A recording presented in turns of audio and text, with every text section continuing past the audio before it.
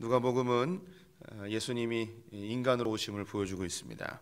그래서 인자의 복음이라고 불려지죠. 우리에겐 큰형님 되십니다. 초태생의 제물로 드려지신 예수 그리스도는 그 이후에 나는 모든 것이 하나님의 소유가 되는 길을 여셨습니다. 죄인과 율법의 매인자들을 불러내시어서 완전히 새로운 길, 하나님 나라, 복음의 길을 우리에게 제시해 주십니다. 12명의 제자들을 택하여서 교회 공동체를 시작하시는데요. 이 교회 공동체는 예수를 주로 고백하는 자들의 무리입니다.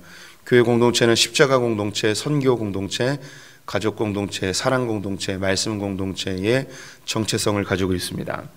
이 하나님의 나라의 통로가 되어지는 이 교회는 아벨의 때부터 세례 요한이 오기 전 사가랴 때까지 끊임없이 공격을 당하였습니다. 교회를 공격하는 가장 주요한 방법은 외식과 탐심입니다. 구약의 언어로 불순종과 우상 숭배입니다. 우리의 행위를 기반으로 하여 겉으로는 경건의 모습이 있지만 속으로는 하나님의 말씀을 순종하지 아니하는 외식하는 불순종이 우리에게 쉽게 나타날 수 있고요. 또한 우리의 행위를 기반으로 하나님께 나의 것을 얻어내려 하는 탐심, 곧 우상 숭배가 나타나기 가장 쉽습니다. 그래서 이것들을 없애기 위해서 반드시 우리의 삶에 비판과 기대를 제거해야만 하나님 나라를 누릴 수 있습니다. 이것은 자기 부인 혹은 십자가의 삶 혹은 어린아이와 같은 신앙이라고 표현할 수 있습니다. 이것을 또 다른 언어로 경제적 마인드를 제거하는 계산하지 않는 신앙이라고도 표현할 수 있겠습니다. 하나님 나라는 반드시 관계 속에서 이루어짐을 제가 누차 강조하고 있습니다. 그래서 하나님 나라는 여기 있다 저기 있다가 아니고 바로 우리 안에 있음을 반드시 기억해야 됩니다. 그래서 하나님의 나라는 영역적인 의미가 있습니다. 이 부부와의 관계, 부모님과의 관계, 자녀와의 관계, 하나님과의 관계, 이웃과의 관계, 또 더 나아가서 나 자신과의 관계, 이 안에서 하나님의 나라의 가장 큰 특징인 평화가 나타나야 됩니다. 이 평화를 누리는 것은 퍼센테이지로 이해하면 제일 좋다고 말씀드렸습니다. 그래서 30%, 60%, 100% 하나님은 모든 관계 속에서 하나님이 예비하신 그 평화의 축복을 누리길 원하시죠. 충만하게 누리기를 원하십니다. 100배의 열매가 맺혀질 정도로 100배의 수확이 일어나기를 열망하고 계시죠. 그 하나님 나라의 관계 속에서 우리가 쉽게 적용할 수 있는 것이 기쁨입니다. 기쁨. 그래서 우리의 관계의 지향성은 관계 속에 이 기쁨이 있기를 원하는 것이죠.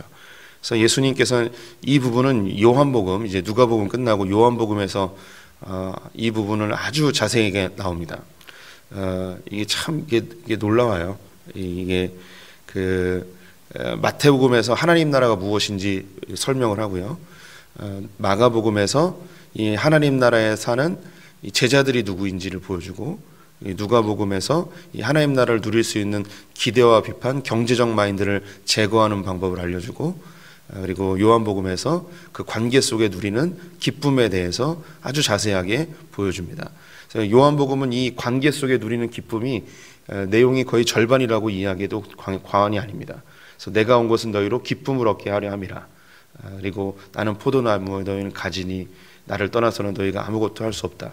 이 관계에 대한 이야기, 그 관계 속에서 누리는 기쁨, 요한복음에 많이 나옵니다. 예고편 한다면 마태, 마가, 누가, 요한 중에 제가 제일 잘하는 게 요한복음입니다. 요한복음 기대하십시오. 아주 재미난 시간이 되리라고 생각이 듭니다. 요즘은 주일 예배보다 새벽 예배가 더 재밌는 것 같아요. 혼자만 재밌는 것 같습니다. 예수님이 초태생의 제물로 드려졌다고 말씀드렸죠. 누가복음에서 예수님이 처음으로 성전에 올라가신 것이 요셉과 마리아가 이 초태생의 제물을 드리기 위해서 예루살렘 성전에 올라갑니다. 그런데 이 마지막 예수님의 행적이 예루살렘에 올라가서 아버지 하나님께서 이 예수 그리스도를 초태생의 제물로 십자가에 달려 죽게 하심으로 모든 인류가 하나님의 소유가 되어지는 그 제물이 되게 하신 것이죠. 그래서 이 누가복음은 9장부터 이제 오늘 읽은 이 19장 이 지점까지 계속 예루살렘을 향하여 올라가시는 예수님을 보여주시고 이제 드디어 예루살렘 성전에 입성을 하시게 되어집니다. 예루살렘의 뜻은 평화라는 의미를 갖고 있습니다. 평화의 성읍, 평화의 도성이죠. 그런데 예수님께서 이 예루살렘에 대하여서 선언하시기를 42절에 보면 이르시되 너도 오늘 평화에 관한 일을 알았더라면 좋을 뻔하였거니와 지금 내 눈에 숨겨졌도다. 예루살렘을 향하여서 이야기하는 거예요. 14절에 보면 가까이 오사 성을 보시고 우시며 이르시되 라고 되어 있습니다. 예루살렘 성을 보면서 이야기하기를 네가 오늘 평화에 관한 일을 알았더라면 좋았을 텐데 내 눈에 숨겨졌구나. 그로 인하여서 그 뒷면에 보면 사면에 토둔을 쌓고 너를 둘러 사면을 가두고 결국 너는 멸망하게 될 것이다. 돌 위에 돌 하나도 남김없이 다 멸망하게 될 것이다 라고 이야기를 하고 있습니다. 예루살렘은 평화의 도성인데 평화에 대하여 정작 알지 못하고 있었습니다. 그들의 눈이 가려진 거죠. 이 예루살렘은 이스라엘을 유대인들을 이제 비유하여 사용하고 있는 것이죠. 평화에 대해 알지 못하다 이야기하는 것은 지금 이 예루살렘에 평화의 왕이 오셨기 때문입니다.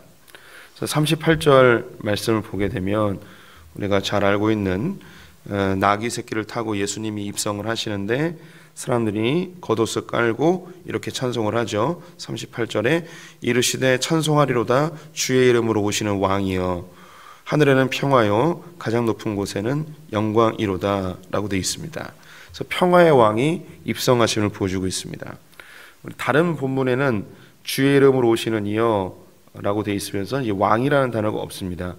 여기 이제 왕이라는 단어를 굳이 쓴 이유는 누가복음이 이방인들에게 전달된 성경이기 때문에 지금 이 예수님이 예루살렘에 입성하는 그 의미가 무엇인지 왕이라는 단어를 사용하여서 쉽게 이방인들이 이해할 수 있게끔 도와준 것이죠. 그리고 다른 본문에는 하늘에는 평화요 가장 높은 곳은 영광 이것은 기록되어 있지 않습니다. 이것은 왜 기록했냐면 예수님이 평화의 왕으로 입성하셨음을 보여주기 위해서 이방인들에게 쉽게 이해할 수 있도록 도와준 거죠. 반면 유대인들은 예수님이 나귀 새끼를 타고 예루살렘에 입성할 때 그 모습이 평화의 왕으로 오심을 금방 알 수 있습니다. 왜냐하면 스가랴서 9장 9절에 나귀를 타고 입성하시는 평화의 왕, 평강의 왕이 이미 알고 있었기 때문이죠. 그래서 예수님은 평화의 왕으로 예루살렘에 입성하십니다. 그런데 유대인들이 생각했던 이 예수님은 오히려 승리의 왕을 기대했죠. 로마를 몰아내고 다윗의 왕조를 다시 회복하여서 이전에 그 부강하였던 예루살렘을 이스라엘을 만들길 원했습니다. 그런데 예수님은 평화의 왕으로 오시죠. 그들이 생각했던 그 승리의 모습, 부강의 모습, 계산하는 것을 다 제거해 버립니다. 오히려 그 하나님의 나라는 이 평화 속에 임재하는데 그들은 승리하고 강탈하고 억압하고 빼앗는 경제적 마인드를 가지고 있었던 것이죠. 이것을 다 이제 예수님께서 다 뒤집어 엎어버리십니다. 예루살렘은 가장 종교적인 곳이었습니다. 하지만 가장 이 경제적인 상거래가 있었던 가장 추악한 이 강도의 구렬이 되어버렸죠. 그래서 예수님이 이 예루살렘 성전을 정결케 하시는데요.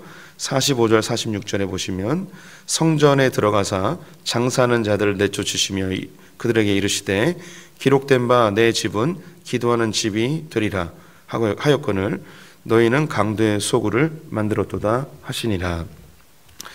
우리에게 예루살렘은 우리의 마음이 될 수 있습니다. 우리의 성전이죠. 예수님께서 우리에게 평강의 왕으로 오셨는데 우리의 마음속에는 예수님을 승리의 왕으로 오해할 수 있습니다. 즉 우리 성도님들이 강해지고 부유해지고 높아지고자 하는 마음으로 예수님을 대할 수 있다는 것이죠. 인생을 살다 보면 더 강해지고 싶은 욕구, 더 부유해지고 싶은 욕구, 우리가 권세를 가지고 통치하고 다스리고 사람들이 나를 무시하지 못하게끔 하고 싶은 욕구가 우리에게 아주 강력하게 있습니다. 그래서 하나님께 기도하며 교회나 혹은 내적 성전에서 하나님께 기도할 때 하나님 나를 강하게 해주십시오. 아무도 무시하지 못하게 해주십시오. 그런 그 욕구의 기도를 하게 될 때가 있죠. 이게 곧 우리를 강도의 소굴로 만드는, 나의 마음을 겉으로는 가장 종교적인 모습인데 내 마음 속에는 강도의 소굴이 되어지는 예루살렘과 똑같은 상황이 되어질 수 있습니다. 그래서 예수님은 오히려 우리는 강하고 또 승리자로 오기를 바라는데, 예수님은 끊임없이 우리에게 찾아오시는 것이 나귀 새끼를 타고 오는 평화의 왕으로 우리에게 찾아오십니다. 끊임없이 그 초라한 모습으로, 그 연약하고 보잘것없는 모습으로 계속 우리에게 찾아오세요. 손해보는 모습으로, 낮은 자의 모습으로 끊임없이 우리에게 찾아오시면서 우리의 생각을 계속해서 바꿔놓으십니다. 그래서 우리를 통해서 똑같이 하나님의 평강이, 하나님의 평화가 우리의 관계 속에 나타나기를 계속해서 원하십니다. 이 부분은 우리 성도님들이 죽는 날까지 계속해서 경험하게 되실 것입니다. 저도 계속해서 경험하게 되는 것이죠. 인생이 다 그렇습니다. 내 스스로가 하나님 되고 싶어서 모든 걸 다 조종하고 싶어 합니다. 우리가 승리자의 모습으로 있고 싶어 하죠. 그냥 운전을 할 때만 하더라도 누군가 내 앞에 끼어들면 우리는 견디지 못합니다. 무척 화가 나고 통제하고 싶어 하죠. 내 자녀를 내 마음대로 통제하고 싶어 하고, 내 배우자를 통제하고 싶어 하고, 내 주변에 있는 상황과 환경을 다 내 뜻대로 통제하고 싶어 합니다. 그래서 우리는 그 강한 자가 되고 싶은 욕구가 있죠.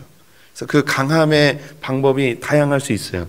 돈으로 강해질 수도 있고, 말을 잘해서 설득해서, 혹은 어떤 카리스마가 있어서 다양한 방편으로 강해져서 통제하고 싶은 욕구가 있습니다. 그런데 우리에게 오시는 예수님은, 그리고 스스로 발견되어진 내 모습은 그런 능력의 모습이 아니라 끊임없이 나귀를 타고 오시는 예수님, 초라한 예수님, 자기를 부인하는 예수님, 십자가에 달리신 예수님, 죽기까지 복종하시는 예수님, 그 모습이 계속해서 우리에게 다가오게 됩니다. 그리고 주님은 우리를 그렇게 입증시켜 버립니다. 무능력한 내 모습, 아무것도 할 수 없는 내 모습, 내 힘으로는 그 어떤 것도 해결하지 못하는 그 모습과 맞닥뜨리게 하시죠. 그러면서 그 무능력하고 무기력하고 아무것도 할 수 없는 그 현장 속에서 우리는 주님 앞에 무엇을 할 수밖에 없느냐? 기도할 수밖에 없는. 그래서 이 내 내적 성전, 그리고 이 교회 공동체 안에, 하나님 나라 안에서 그 관계 속에서 내가 아무것도 할 수 없는, 내 능력으로는 아무것도 할 수 없는 것을 깨닫게 하시고, 결국은 이 내적 성전에서 기도하는 집을 만드는, 하나님께 무릎 꿇을 수밖에 없는 그 상황을 우리에게 만들어내십니다. 그래서 더 이상 우리가 하나님의 나라를 강도의 소굴로 만들지 않고 기도하는 집으로 만들게 되죠. 자녀를 키울 때 가장 쉽게 드러납니다. 자녀를 키울 때 우리는 돈으로 자녀들을 조종하려 하기도 하고, 우리의 언어로 조종하기로 하고, 우리가 그 종교적인 모습을 갖고 있기 때문에 가정 예배나 축복 기도나 다양한 하나님의 말씀을 동원해서 아이를 회유하고, 아이를 설득하고, 아이에게 감동을 줘서 어떻게든 바꿔보려고 합니다. 그런데 우리의 마음 속에 정작 있는 그 마음은 그 자녀와의 관계 속에 누리는 기쁨이 아니라, 이 자녀를 어떻게든 통제하여서 내 뜻대로 만들고 싶어하는, 아니 무엇인가 목표가 아니더라도 내가 조종할 수 있는 아이를 만들고 싶어하는, 통제하고 싶어하는 그런 욕구, 우리 안에 이제 승리자가 되고 싶은 욕구, 스스로 하나님 되고 싶은 욕구가 아주 강력하게 내재되어져 있습니다. 그런데 이 아이가 내 뜻대로 내 마음대로 되지 않는 그 상황에 딱 놓이게 되어지죠. 그럼 우리가 더 이상 조종할 수 없고 통제할 수 없는 상황에 딱 놓였을 때에 우리는 마지막 한 가지밖에 남는 게 없습니다. 내 이 성전을 기도하는 집으로 바뀔 수밖에 없죠. 주님은 반드시 그 상황으로 우리를 끊임없이 몰고 가십니다. 경제적인 부분, 관계의 부분, 사업의 부분, 자녀의 부분, 배우자의 부분, 여기에 이 하나님 나라 안에서 누리는 관계의 기쁨이 사라지면 하나님 반드시 그 상황은 기도로 풀 수밖에 없는 상황으로 몰고 가시죠. 네. 우리 성도님들이 이 관계 속에서 절대 강도의 소굴을 만들지 마십시오. 관계 속에서 절대 사람을 조종하려는 그 기대를 버리셔야 됩니다. 우리는 절대 사람을 조종할 수 없습니다. 그 어떤 기대와 비판을 관계 속에서 내려놓을 때, 즉 다시 말해서 하나님 나라의 그 관계 속에 있는 평화의 기쁨, 여기에 집중하지 않으면 우리는 반드시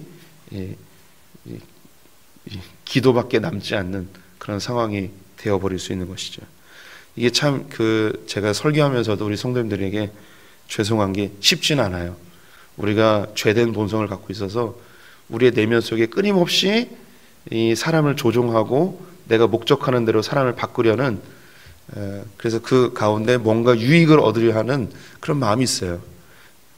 우리 성도님들이 제가 자녀 얘기를 자꾸 하는데 제일 쉽게 적용할 수 있기 때문입니다.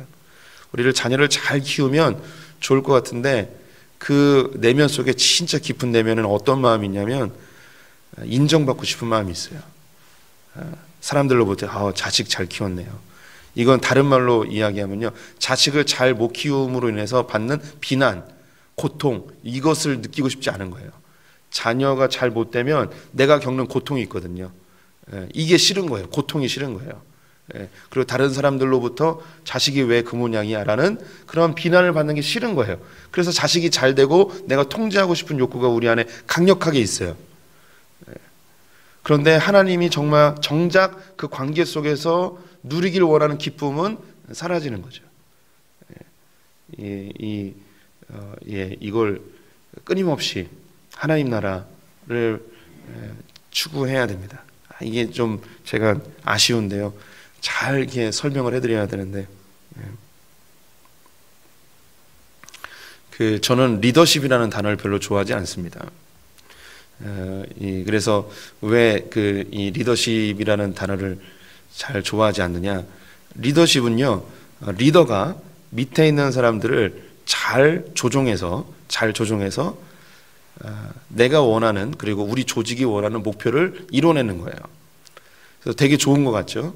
그런데 결국은 뭐냐면 리더가 밑에 있는 사람을 조종해서 내가 원하는 거 얻어내는 거예요. 여기에는 관계는 없어요. 여기에 기쁨은 없어요.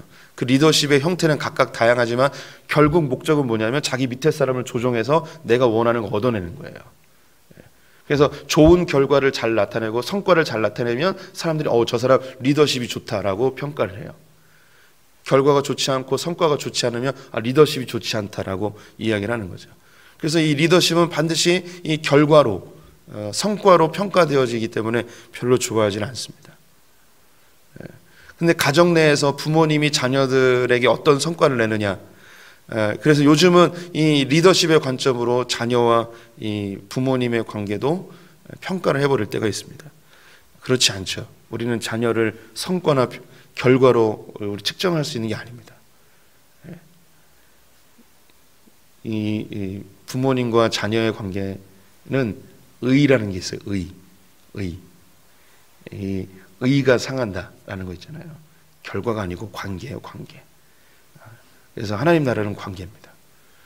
우리 성도님들이 예수님이 이 땅에 오셨을 때에 평화의 왕으로 오셨는데 이 평화는 관계의 의미입니다. 그래서 이 하나님 나라의 관계를 충만하게 누리시는 성도님들 되시기를 축원드립니다. 기도하겠습니다.